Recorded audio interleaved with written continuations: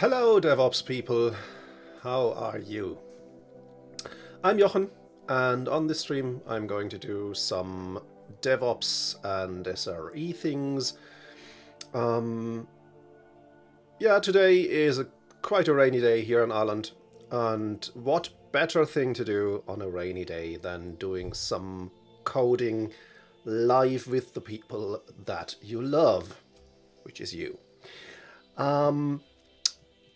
On Tuesday, I did some work on logging stuff, and I had planned to finish what I started on Tuesday.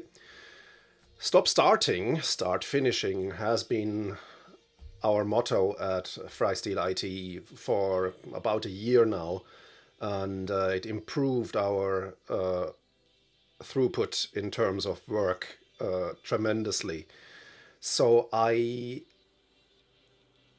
probably should finish my work from Tuesday. However, a few weeks ago, I also started something that hasn't been finished yet, and that's documented in this issue here. I did a huge refactoring of our most central cookbook. We had used a tremendous amount of variables in this cookbook, many of them depending or derived from other variables. And first of all, this was hard to even understand with all these very similar variable names.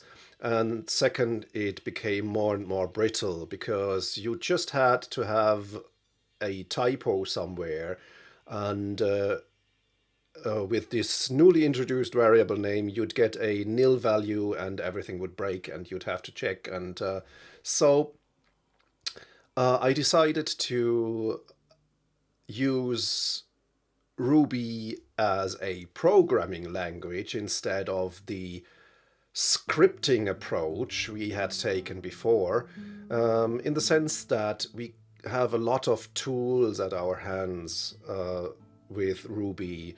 We have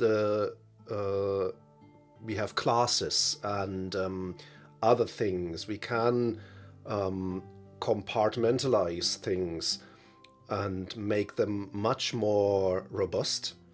And that's what I did. So instead of having a dozen variables, I created a single class with more or less a dozen methods and internal data.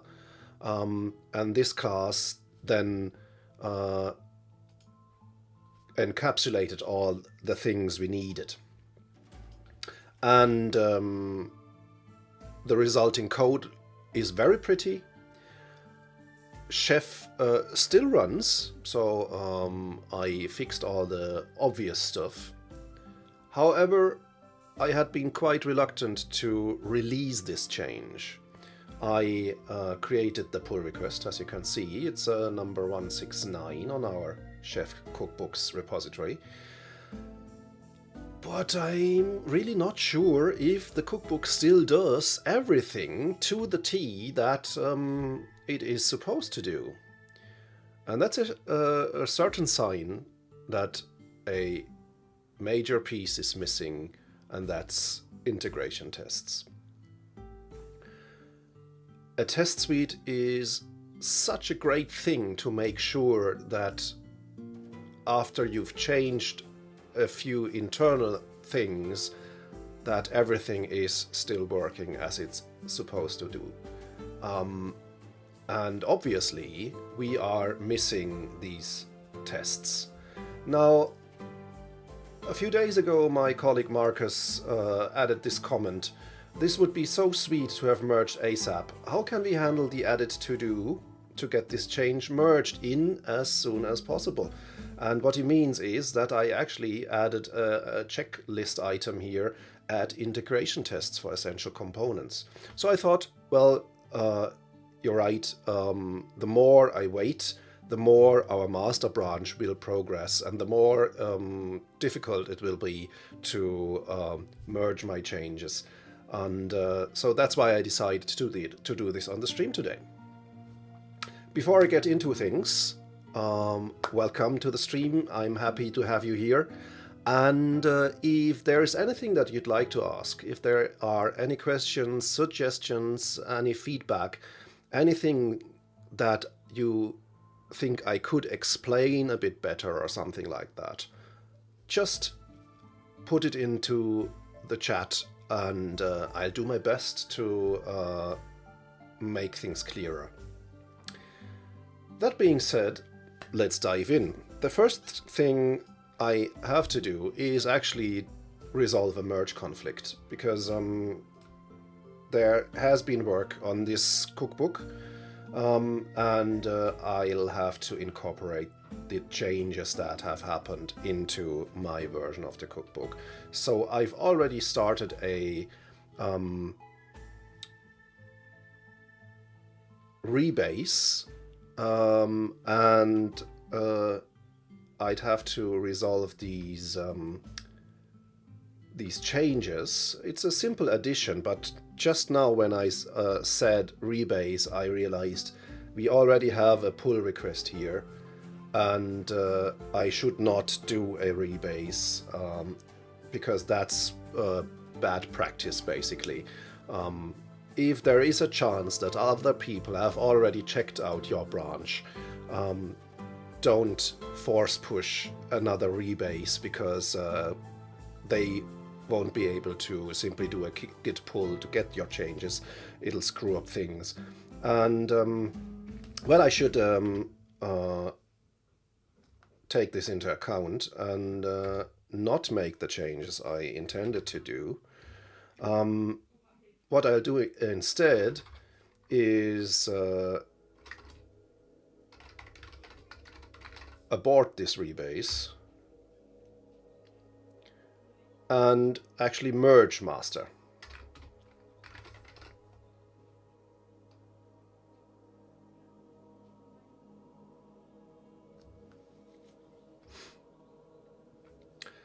I still get a merge conflict, of course, but that was to be expected, and I'll still have to fix this merge conflict. And it's pretty easy to fix, because it's just this block of code here that had been added to the loop in which we set up our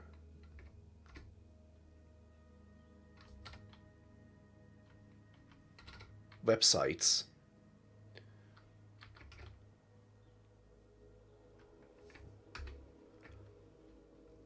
And simply by moving this into the loop here, we can fix the merge conflict.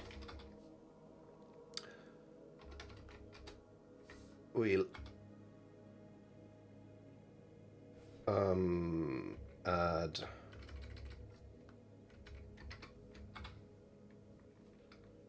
the changes and commit. That's that.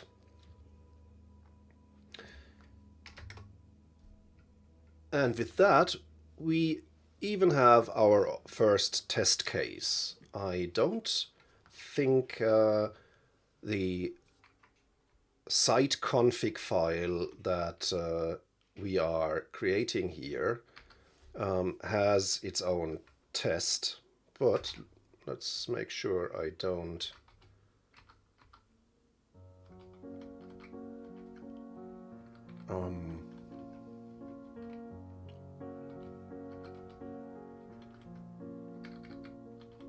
blame my colleagues unnecessarily.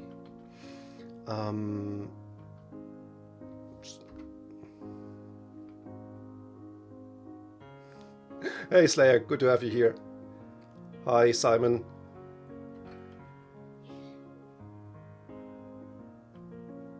So, yeah, there's the basic stuff, but there hasn't been any integration test added for the site config file. So that's one thing I'd like to add. And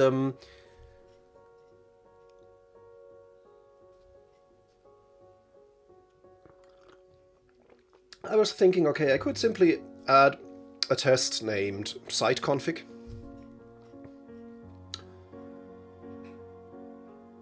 Which would actually make sense. But let's first finish the thought I had. This site config change here came with a documentation change. We added an article to our online documentation that customers can now access this site config file, and in the file they'll find a bunch of metadata about the website. As you can see above, it has information about the cluster the website belongs to, the PHP version it uses, and so on and so on.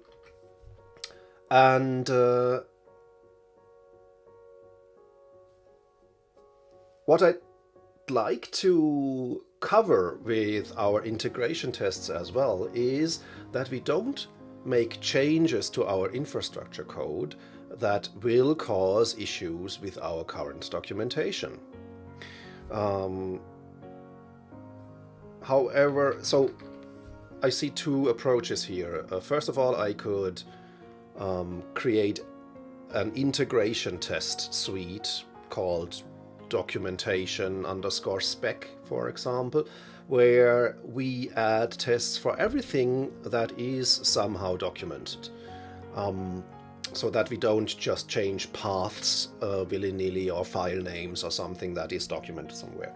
On the other hand, I could also simply add an integration test for site config and add a comment that there is actual documentation on this, and if there are changes, it's necessary not only to update the integration test but also the documentation. I think that approach makes more sense, to group it by topic instead of group by documented and not documented. So I'm going to add an integration test. Test integration.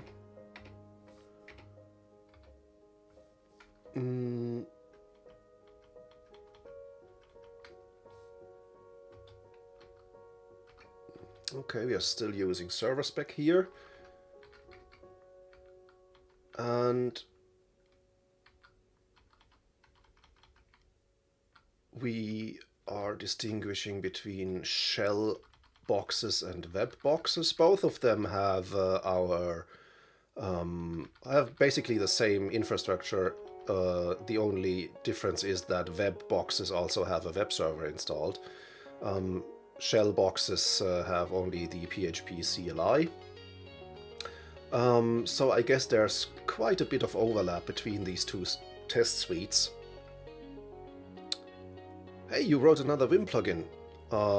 What's it about? I'm always curious about new Vim plugins.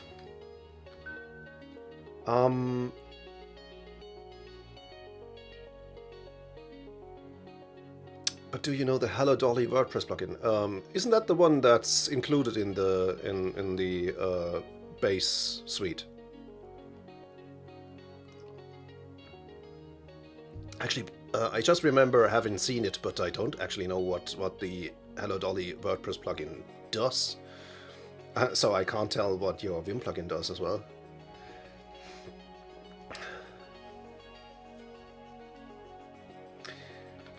So I guess it's time to add another test suite named Box, which is the basic test that should be run for both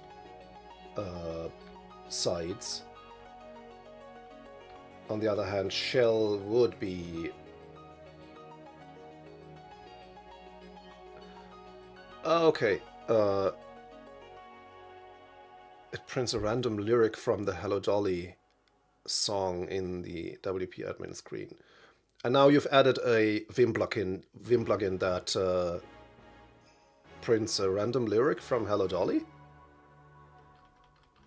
Not sure what purpose this plugin would have.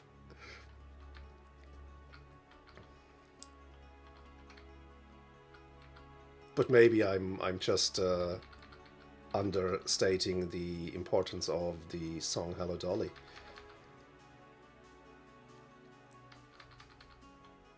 Actually, the only instance where I know that song from is that the chestburster in Spaceballs sings it when he comes out. Other than that, I'm completely at a loss. Probably not to be used in production. Yeah.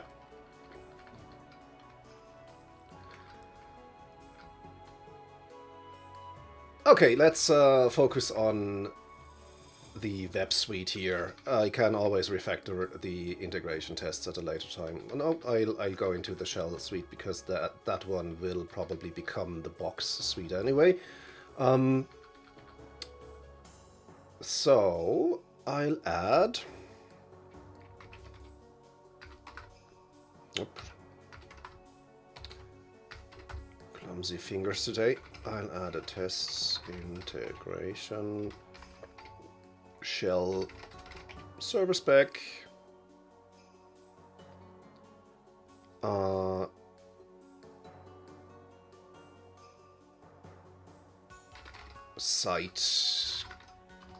Site config _ spec.rb.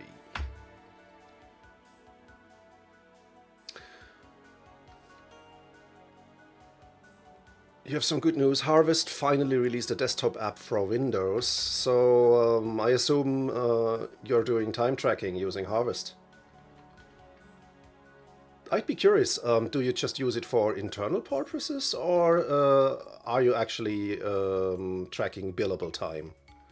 Well, if you're using Harvest, you're probably tracking billable time.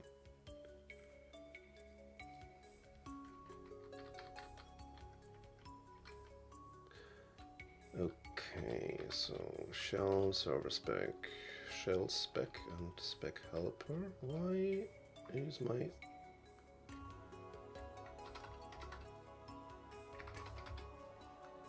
server spec, site config spec.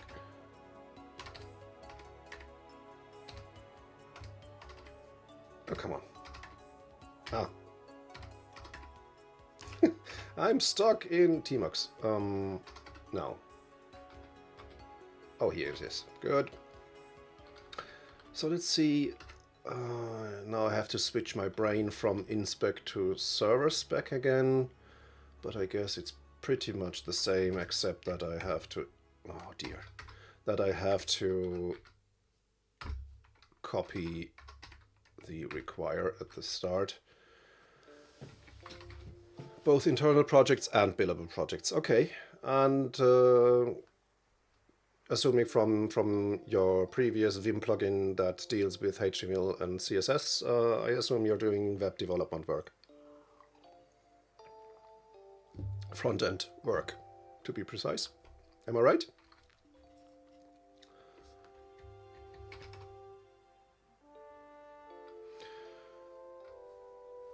Good. So let's take a look at the stuff. If there is anything that is site specific, yeah, we have some site specific stuff here.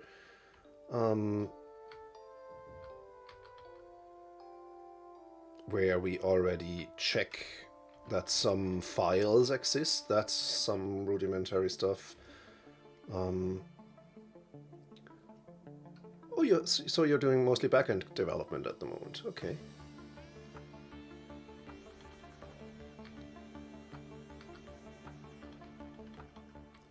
What kinds of projects do you do?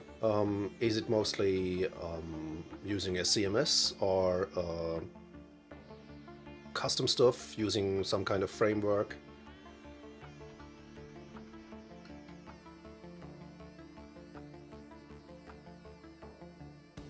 I started developing with Ruby on Rails a few years ago for our hosting dashboard, and I'm a huge fan of web development frameworks since then. Okay, so Laravel, yeah, makes sense. That's one of the most popular frameworks out there.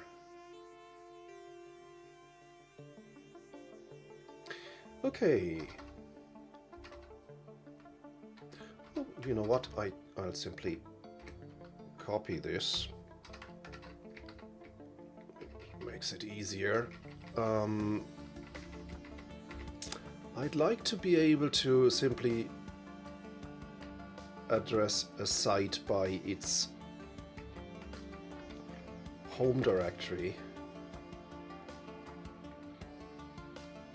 Because if I do that, I can use the official path. In this case,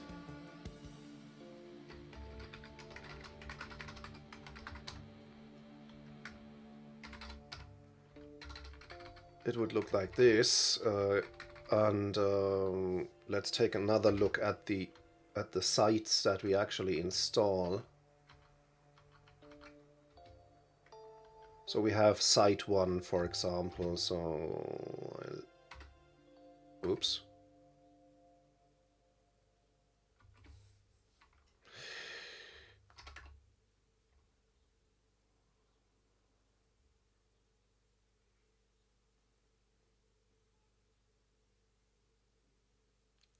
For my lunch break today, I wrote a 3-card Monte mini game in Java.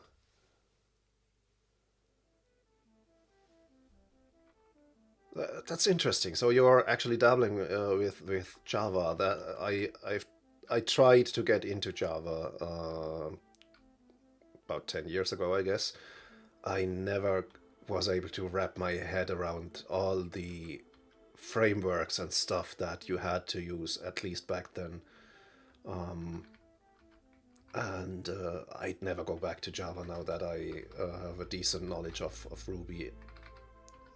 And if there wasn't any Ruby, I'd still stay with PHP, I guess. Okay, so we should be able to use simply S1 as the home path, but I guess we need to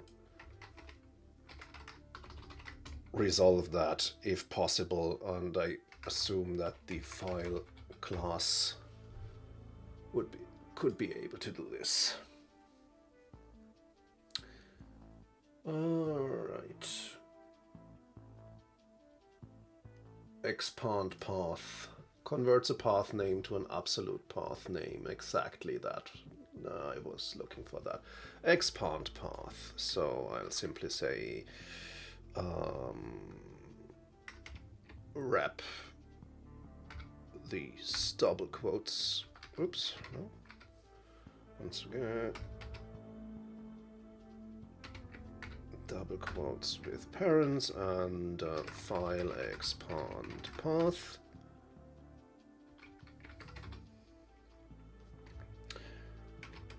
And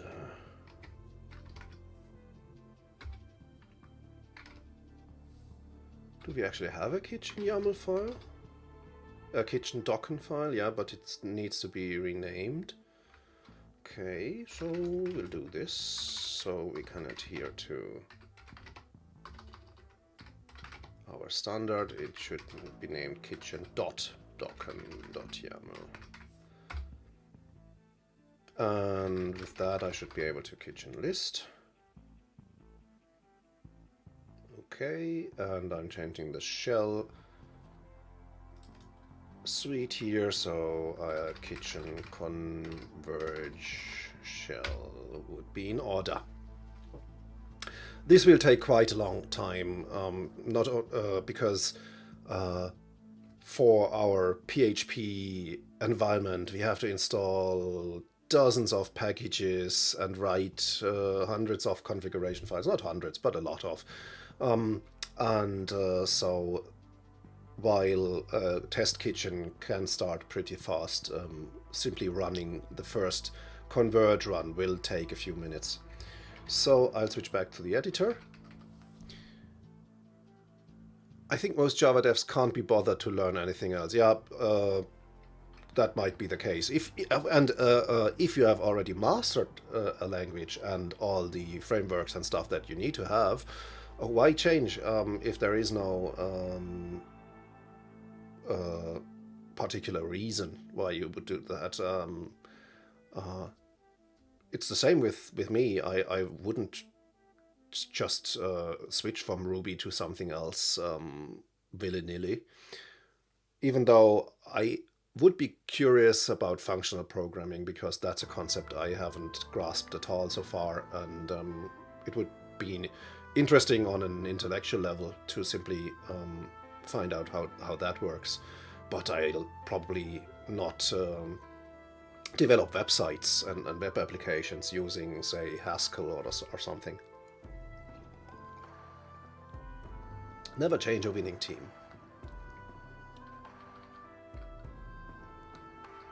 However, yeah, if I was a Java developer, I'd probably switch anyway to anything else, because I don't think it's an efficient programming language. It does the job, I give you that, but I don't like it. Let's put it that way. So, okay, another issue here, but that's a known issue. Workshop could not find compatible versions for Cookbook apt. Yeah, I'll have to do a works update apt.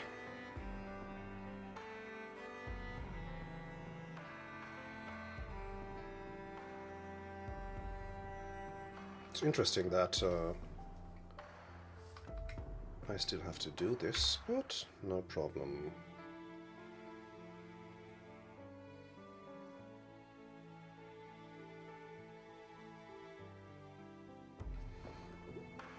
That's another thing you can't escape, I guess. Dependency hell.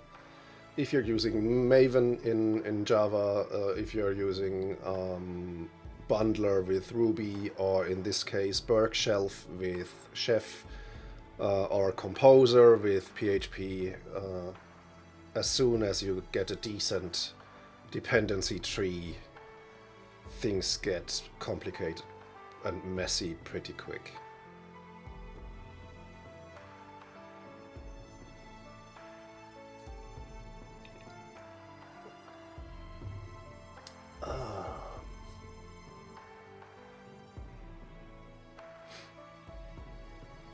How's the weather in your neck of the woods? We have a pretty rainy day today, and so I haven't been outside at all, to be honest. Even though the weather on the east coast of Ireland is much better than its reputation, in the west with the Atlantic, it's really pretty rough at times, but on our side, on the Dublin side of Ireland, moderate temperatures and not much rain. Well, there's drizzle, but it's nothing serious.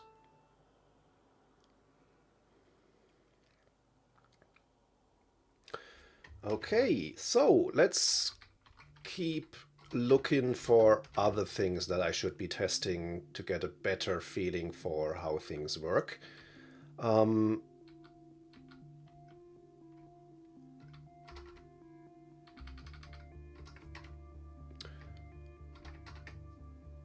We are already testing the Redis configuration files. We are already testing authorized keys.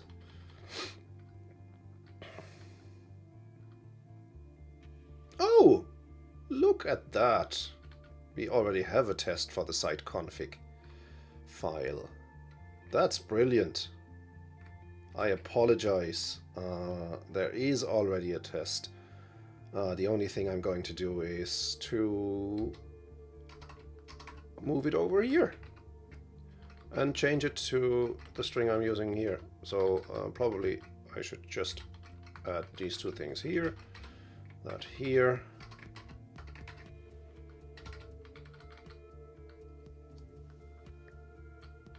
That's exactly why I've started creating new files, because having a single integration test file that mixes all the different aspects of what the recipes in this cookbook do will get messy, and it's easy to overlook things. So for example, it would be better to have a Redis spec where things like that happen.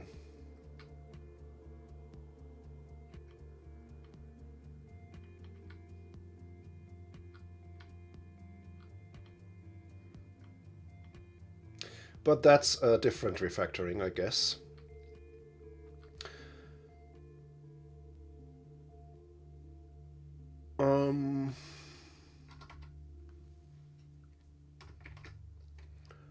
Let's simply scroll down. That's all preliminary stuff. And the most interesting stuff starts when we actually get into the websites loop here. The loop starts here, site items each. We create the site object using the new class Freistilbox site that I created a few weeks ago.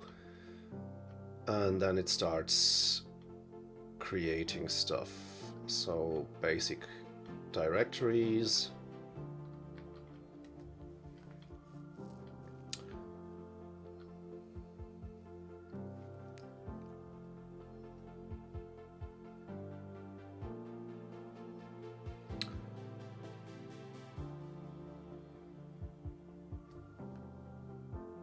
I guess we could go and check if these things exist.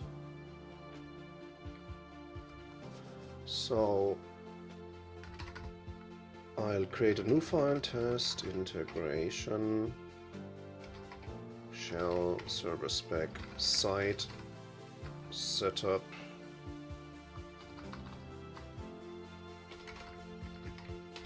Spec, and I'll just check that these things exist. So we should have a local temp dir for a website. Describe directory, or is it file? Let's see, server spec directory, resource types. Is there a resource type directory, or is it part of file? I assume it's, yeah, it's file and then B directory. Okay. Describe file expand path site 1, and I'll actually have to look up where the local temp dir is going to be.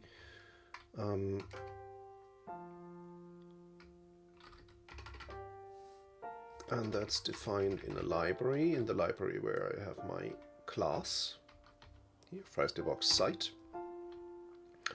And let's see where the local deployment is. Local temp dir is in the local file system under temp,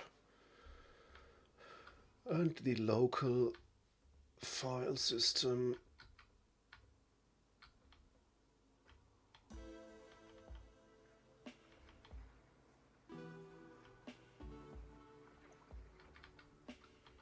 See, that's something I don't think is correct. Shouldn't it be? It can't be. Oh yeah, it's on the local file system. Oh, and then we have a temp hierarchy, and then each site has a temp directory. Okay. I see. Okay, let's check that first. So it's actually not in the home directory of the user.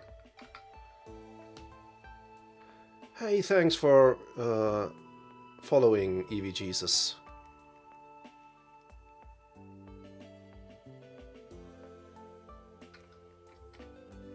Happy to have you on the stream. How are you doing?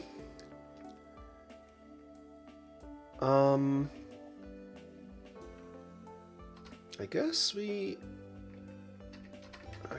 actually need something like the full path down here.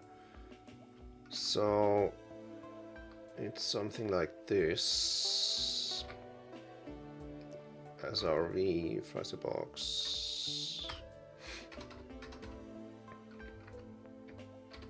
And then we have temp, and then there should be an S1, I think. Name?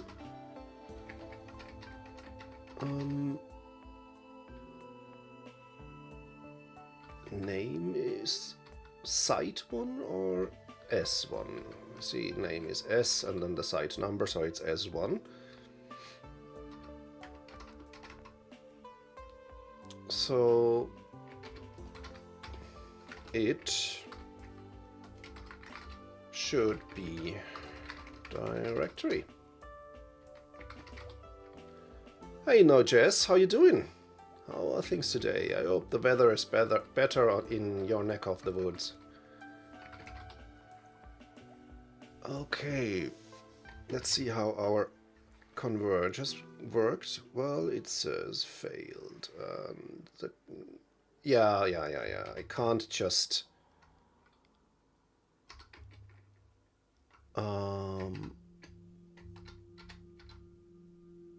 use this the code I merged.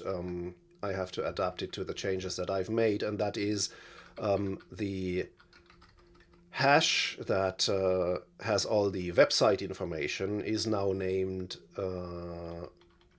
site item, and site is the website object I create from this site item. So the here, where is it? Here. When we say site, this needs to be site item.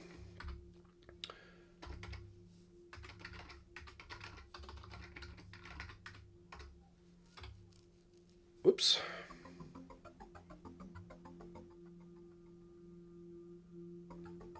What am I automating? So my company is basically a web hosting company. We run a hosting platform named FrySteelBox. You'll find it on frysteelbox.com. And we run quite a bunch of servers for this hosting platform. So our web operations team, which is basically 3 people, can only handle that if things are as much automated as possible. And so we are using Chef as our configuration management software. All our servers are controlled, maintained, and set up by Chef. And that's what I'm doing here. I'm changing Chef recipes, which is basically Ruby, but with a lot of Chef-specific language merged in. And I'm just demonstrating how we use Chef, and I'll try and show the advantages that Chef has for us. In this case, today, I'm trying to add tests that make sure that if someone makes a lot of changes to our code, that the end result still looks the same. So I did a lot of refactoring recently, and actually, to be honest, I'm not sure if things would still work would we merge my changes into production, and that's a sign that it's time to add more tests, and that's exactly what I'm doing right now.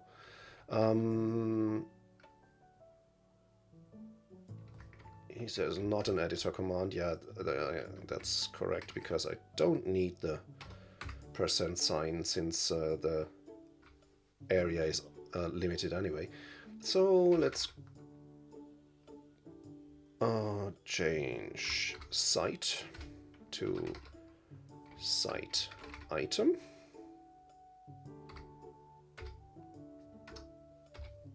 Yeah, that's better. And site handle is site.name.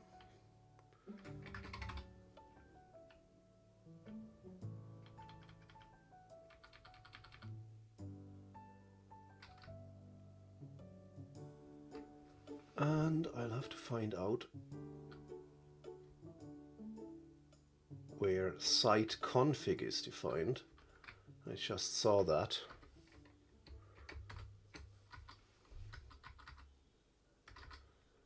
It's defined nowhere.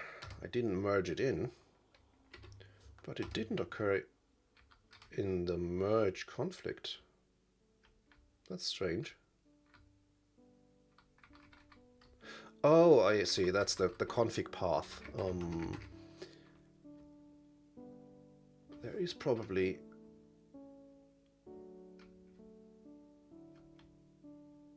a config dir. Here we go. Yep. So it's site config dir.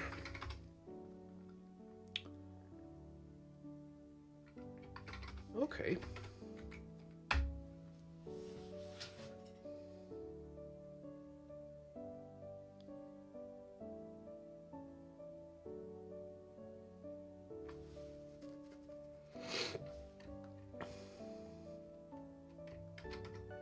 So just to recap, previously in this recipe we had a lot of more or less unrelated or unconnected variables like site underscore config, and since that was getting pretty brittle, I replaced all these variables with a single class whose methods then can give me the values I need, which allows me to do some kind of validation and error checking and stuff like that. That's the upside. The downside is that I don't have 100% trust in what I did, that I'd ask my colleagues to roll this out in production. So it's time to run a few tests. Okay, now that our code is valid, it gets executed, which will take a few minutes. In the meantime, I'm going to go ahead and go back to where I was.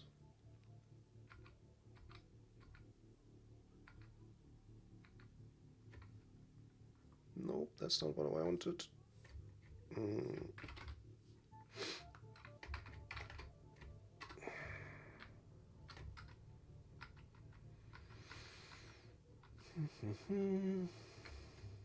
Stop. Just skip the... No, didn't skip the loop.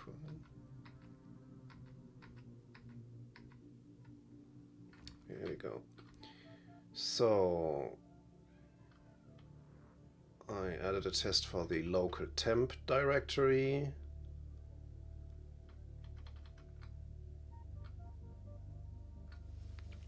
And then here we are adding a number of links to make things a bit easier to reach. I wonder if I should test for these at least. Yeah, I guess so. Why not? Why not? I I guess I can close this file. And so we have in site localhome.shared.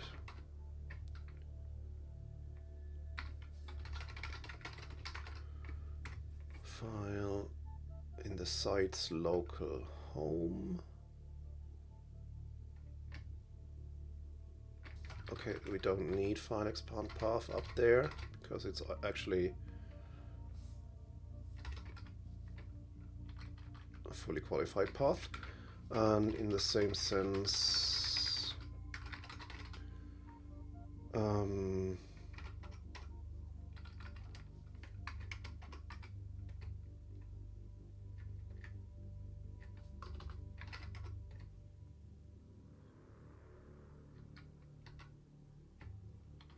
we have client ID 10,000.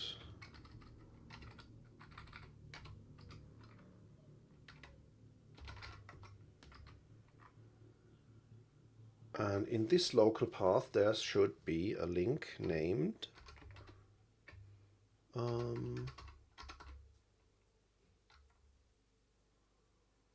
.shared.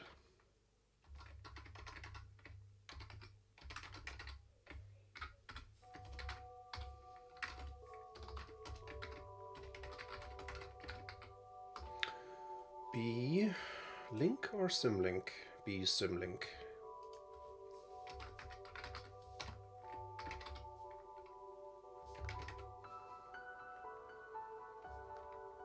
Okay, we're still installing.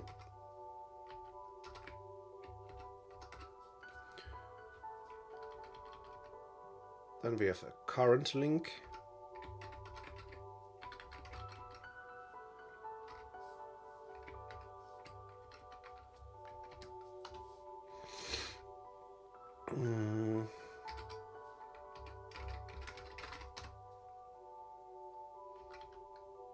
And we can also test where these links are pointing, but I'll just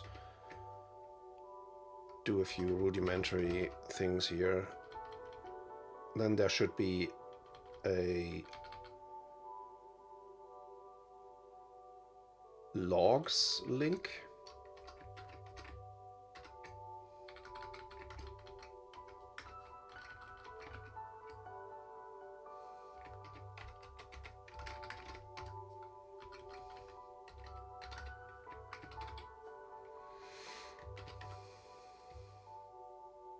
Still installing.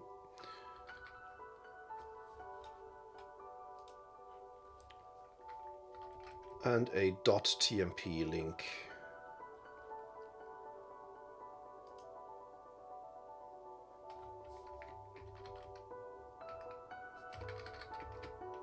Oops.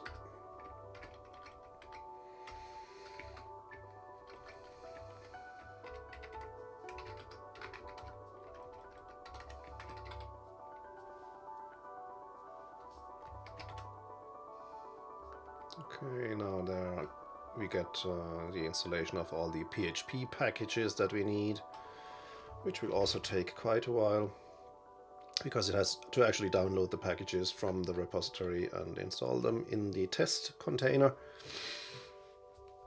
So we go on and collect stuff to check.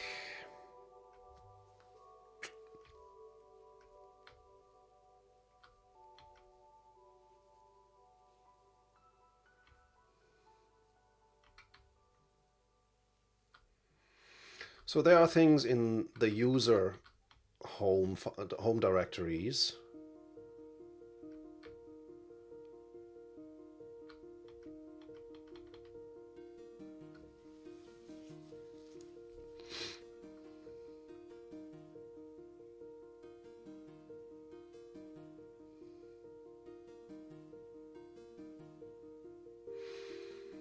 Do we need to test them as well?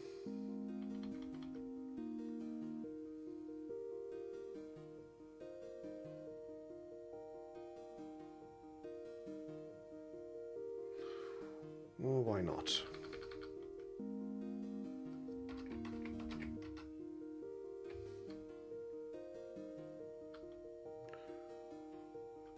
Let's create another test file. just to keep things separated. Integration shell, server spec, user home spec.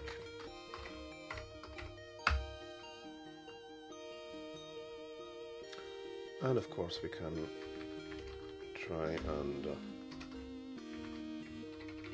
copy this. In this case I'd like to use the home syntax, so I'll use the file expand path method.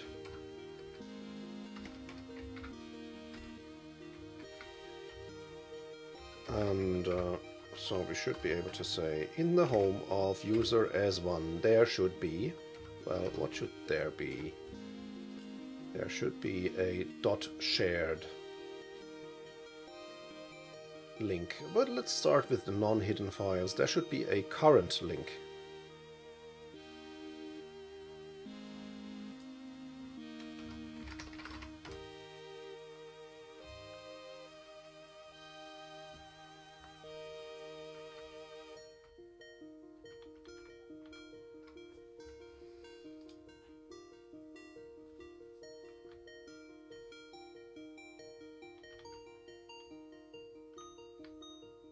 And I think we are even missing something here in this code, but I'll park that for later. So we should have a logs link as well.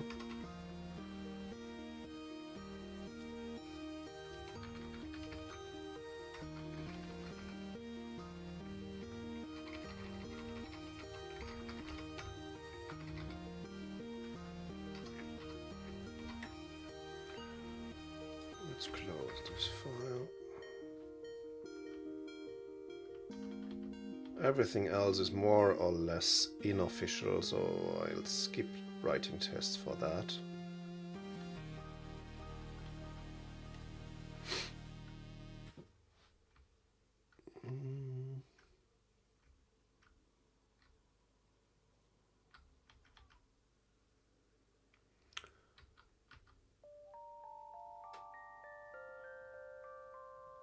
That's an interesting part here. This last push file is used to trigger a deployment. I guess that's something we should actually check.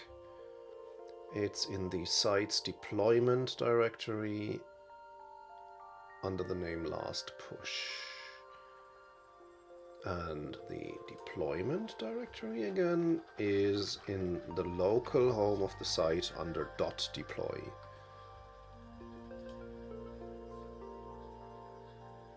So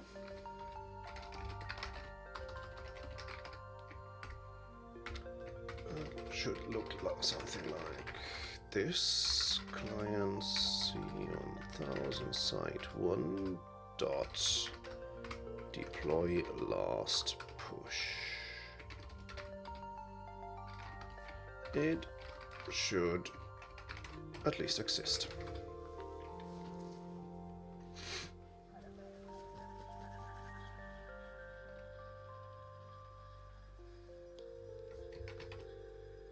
Okay, still installing, but we are already past PHP 5.6. Now we are installing 7.0. Okay.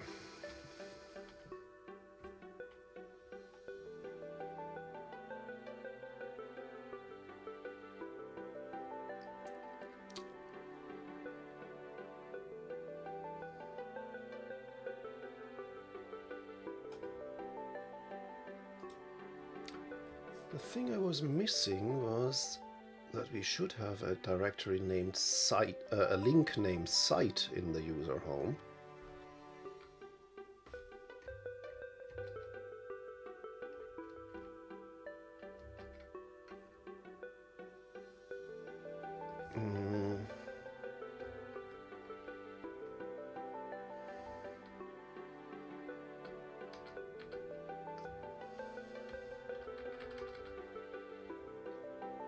That might be a difference between our two recipes. Over time, I think we got a few slight inconsistencies between our shell hosts, where people just log in and have access to their code base there, and our web application hosts that actually run the web application and serve HTTP requests. This might be one of the cases that on one type of machines we create this current link, and on the other type of machines it's actually named site. And of course I can't see this in my refactored code, because I did actually refactor it to have a single setup, and while this is a good idea in terms of consolidating stuff, it doesn't match our production infrastructure. So I should have a look at that later. So I'll add a comment here to do check site symlink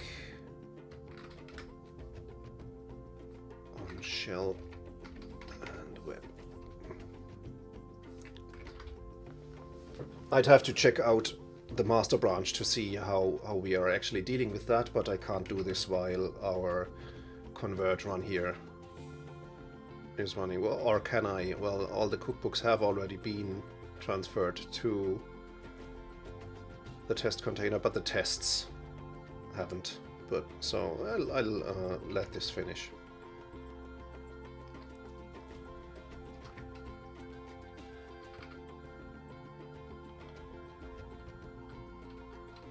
So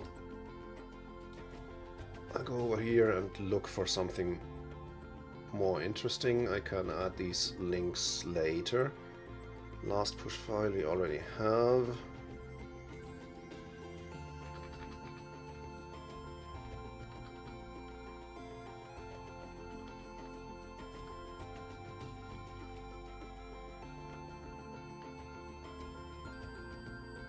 We should have a repository with the code base of the website named cached-copy. That's also in the deployment directory.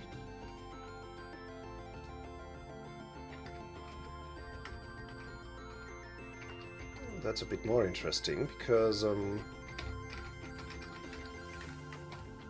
this should be a directory.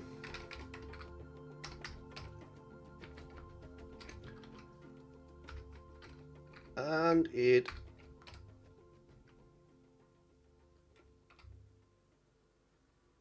should contain a .git file, because it's supposed to be a Git repository. Well, .git is a directory as well, so we can check for that. Actually, this should be sufficient. If this directory exists, the parent directory has to exist as well.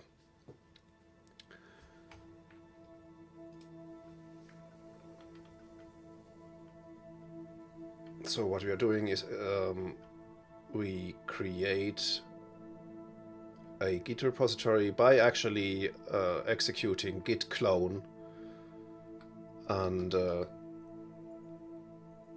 running this git clone command in the site's deployment directory, except if it already exists, which should be the case with every chef run after the first. And if this command actually gets executed, it triggers another execution, namely the trigger deployment for this site, which then takes the code of the Git repository and deploys it as a doc root for the web server.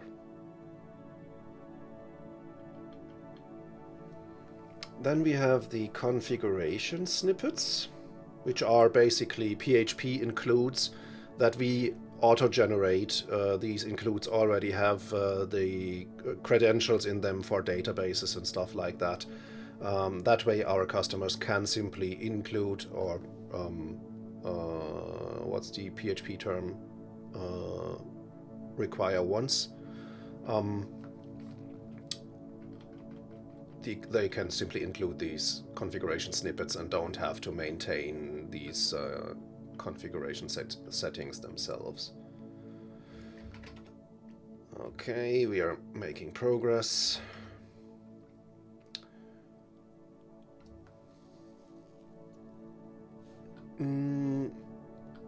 Let's check if the config file, config snippets exist.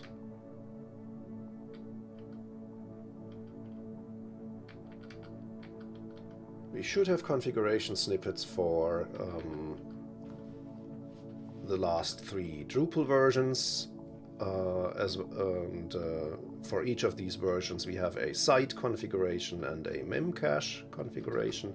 All these files should exist. I guess I can simply copy these 2 loops.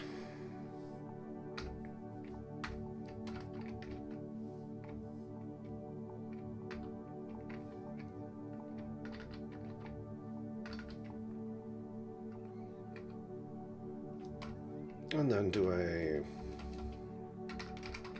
describe file.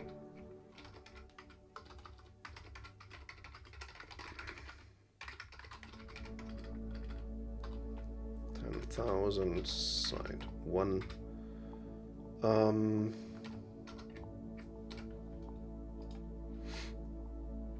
This is in the config dir under Drupal, and the config dir is .config, I guess.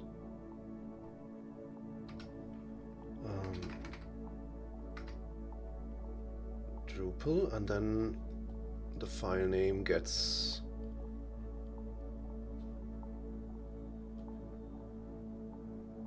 combined settings, then the version, then the scope.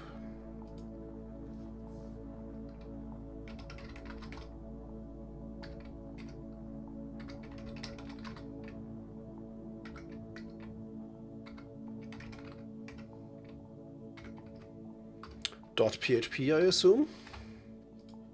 Yep.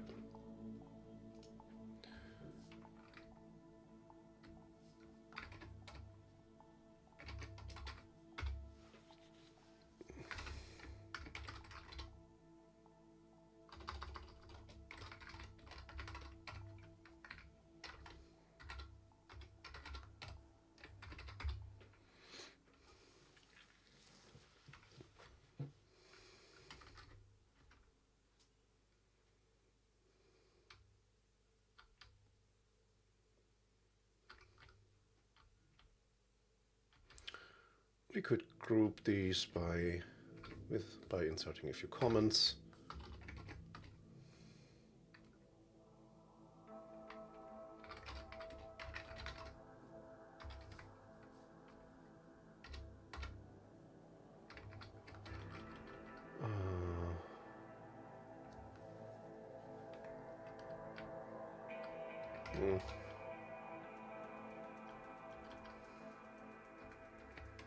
At least in this case, deployment.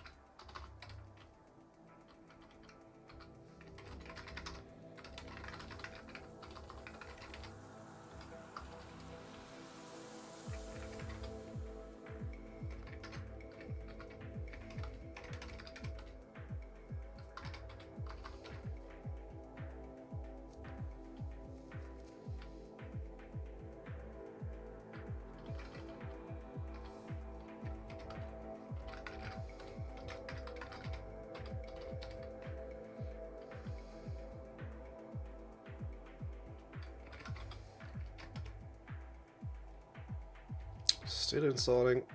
Yeah, the first run always takes ages.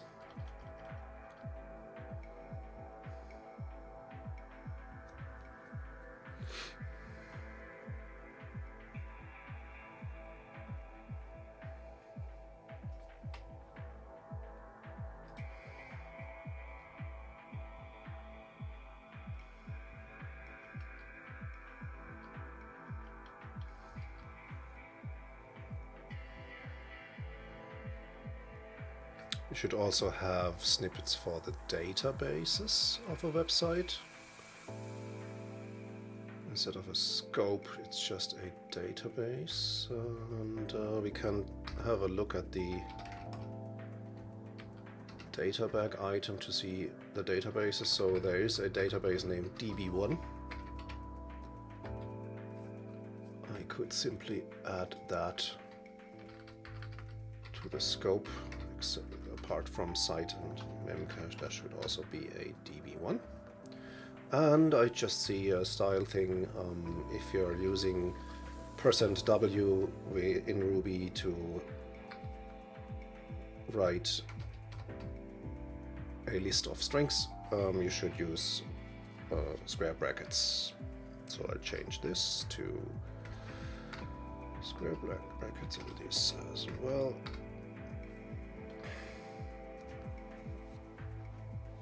It is a list after all.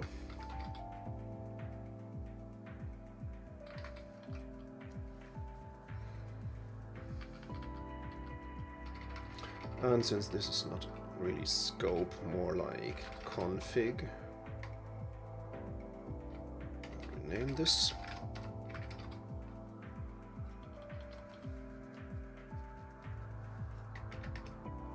I hope this chef run will be finished soon, so I can at least run a single test on the stream.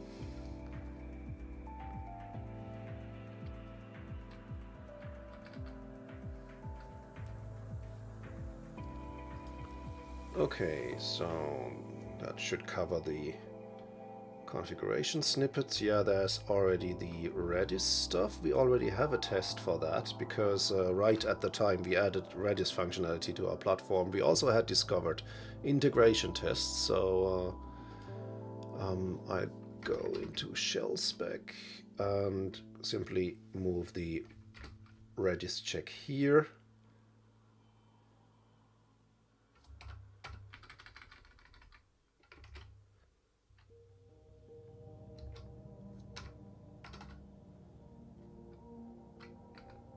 To here.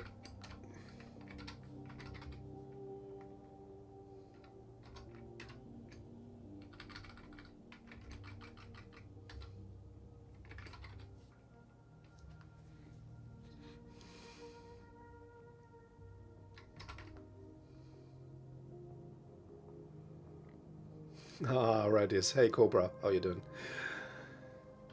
Oh, Redis is not the worst of things, if you're using it right. I hate its lack of authentication, but from a development standpoint, it's a decent database. If you have lots of key values of.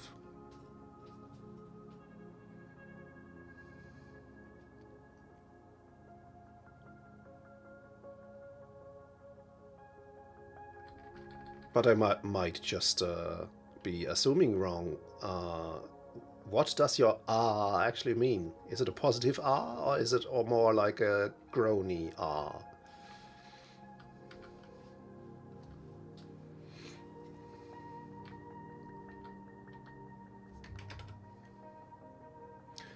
Oh dear, Java installation. Yeah, a few of our tools require Java. It's mostly, I think, a PDF generation tool that takes stuff and generates a PDF from that, and that is written in Java, so we need to install OpenJDK for that. It doesn't make the chef run any shorter. Okay, let's go and this brings us to the site config file that we already installed.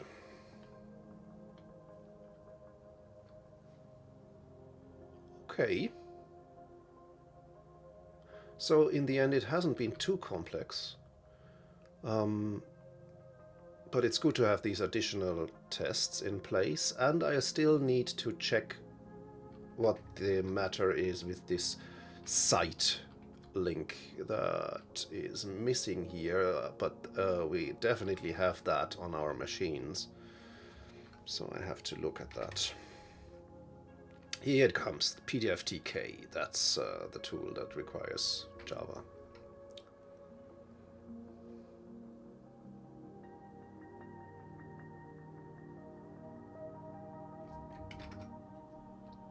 And thus began the key value wars of 2018? No, I don't think so. Not with me.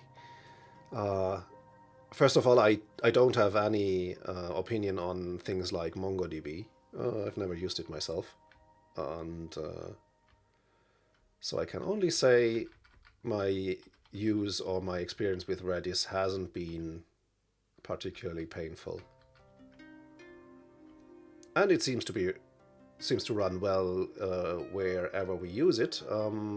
For example, our monitoring system, Sensu, uses Redis internally to store state.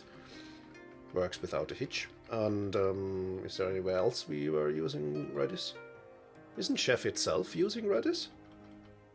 See, I don't even know from the back of my head.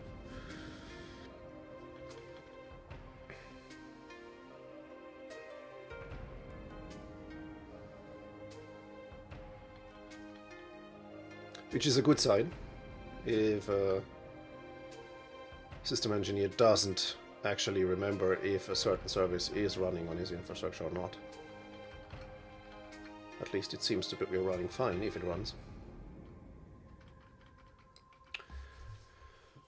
Well, still waiting. Speaking of Sensu, here it actually installs the Sensu client, because of course we need to monitor our hosting machines.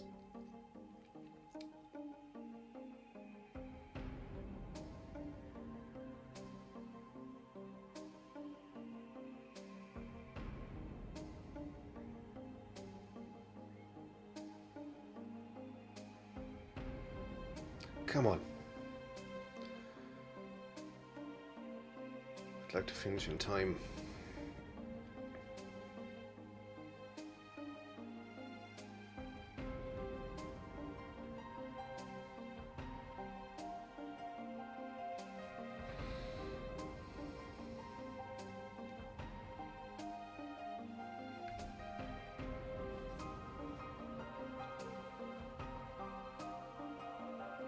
But maybe I have to think of a strong opinion on something and throw that out during the next stream to see if the chat explodes and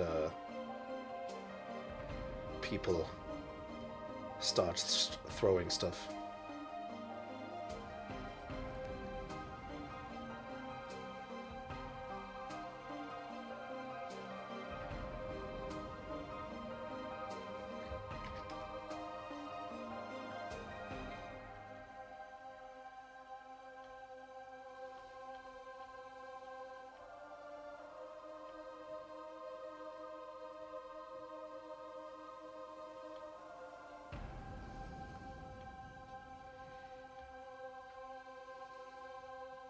Okay, we've already seen this.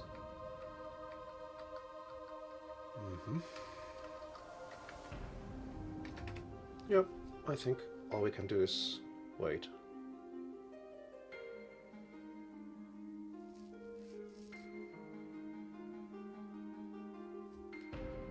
But I just had an idea. I could take a look at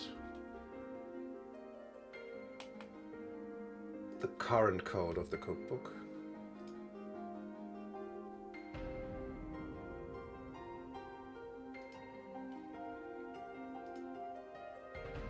So, does it actually create a site link in the user home?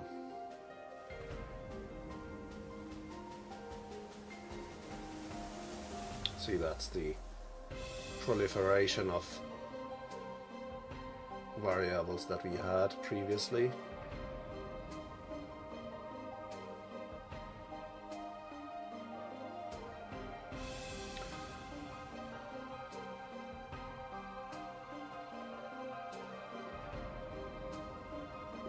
don't have a site directory here in the basic site recipe. I assume the shell recipe does have that though. Here we have the SSH subdirectory, shared current logs tmp deploy config.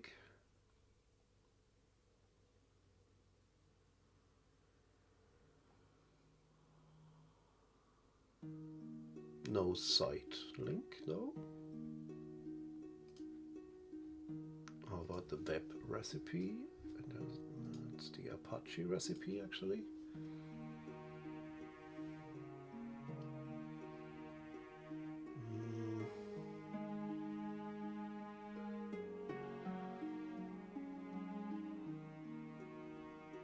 Goes right into the Apache configuration.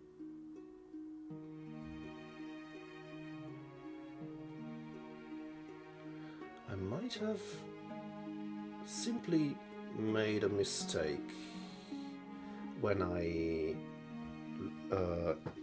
took a look at our production infrastructure this morning, because I looked at one of our oldest servers, and that might have already still this site link on it, and it has just never been deleted.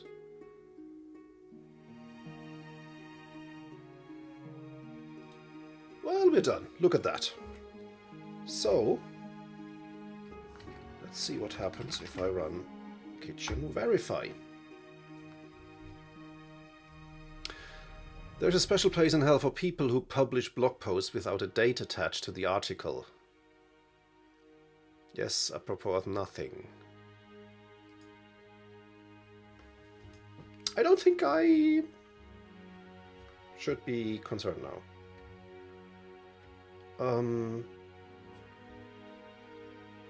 So version doesn't work here. What did I do? Oh, it's actually Drupal version.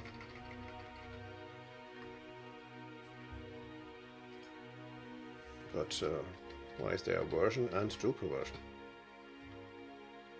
Do we actually translate that? No, it's simply invented version, but I don't think it's that's easy to fix.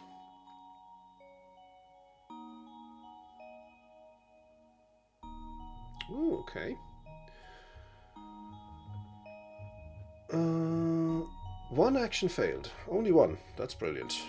Let's see which one. Failed examples. Site config.json should exist, and it doesn't. Okay.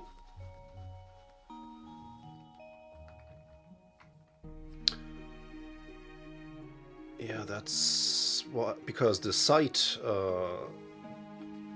directory doesn't exist. Or the site link doesn't exist. That's exactly the issue I was just investigating. Huh. Okay, let's see. Is there some kind of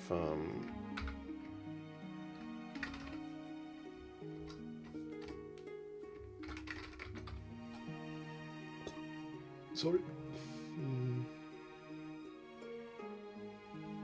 Oh, no, I can't search the whole repository.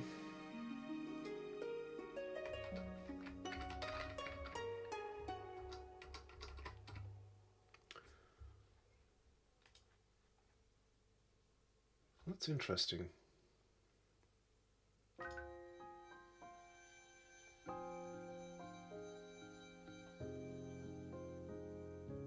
I think I'm chasing a phantom here.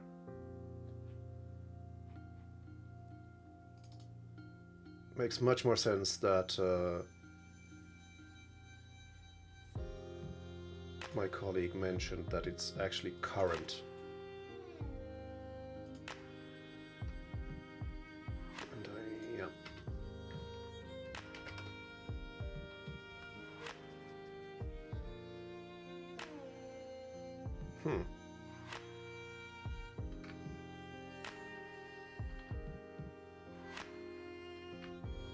Okay. So, you know what? I'll simply use this. Instead of site, I say current.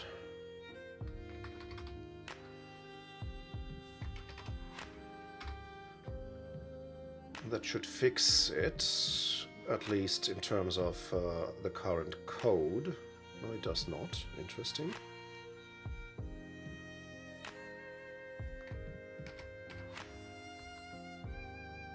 Failed example. 17 failures now. Okay.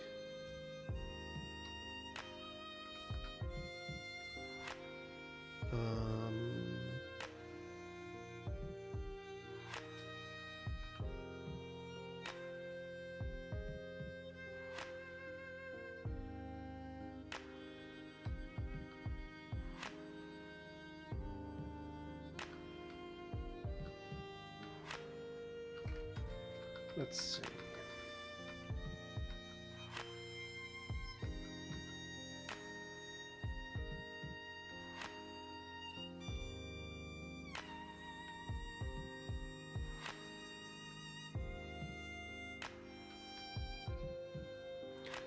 What does work and what doesn't? Here we go.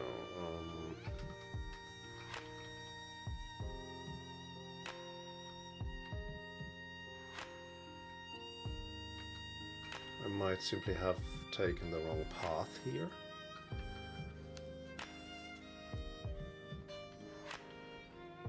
That would explain why everything here fails.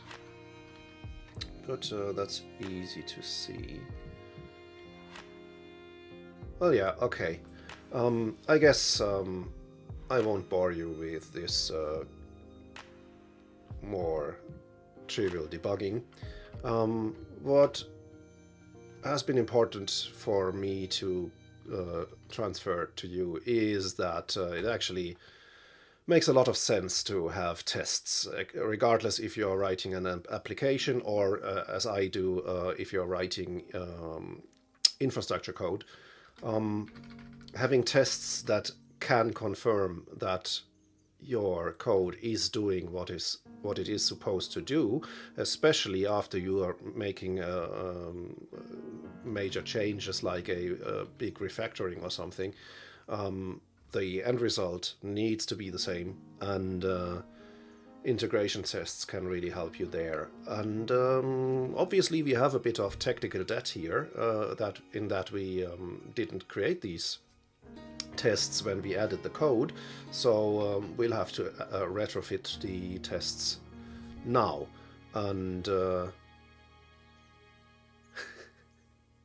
no, I did not say I'm chasing Phantom.js. I'm chasing a phantom, namely this site symlink.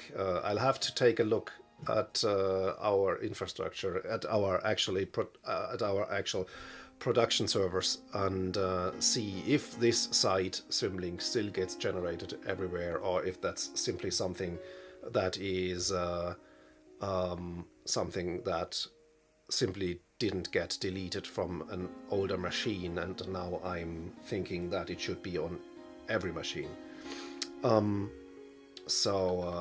But I'll do that off stream, because it's really not interesting, and there's nothing you can learn from that. So I hope this was a bit interesting to you, and if you haven't looked at testing, test-driven development and things like that, I think you really should. It makes things much easier, and I hope I'll get these tests in place before Easter, and so our lives will be simpler as well.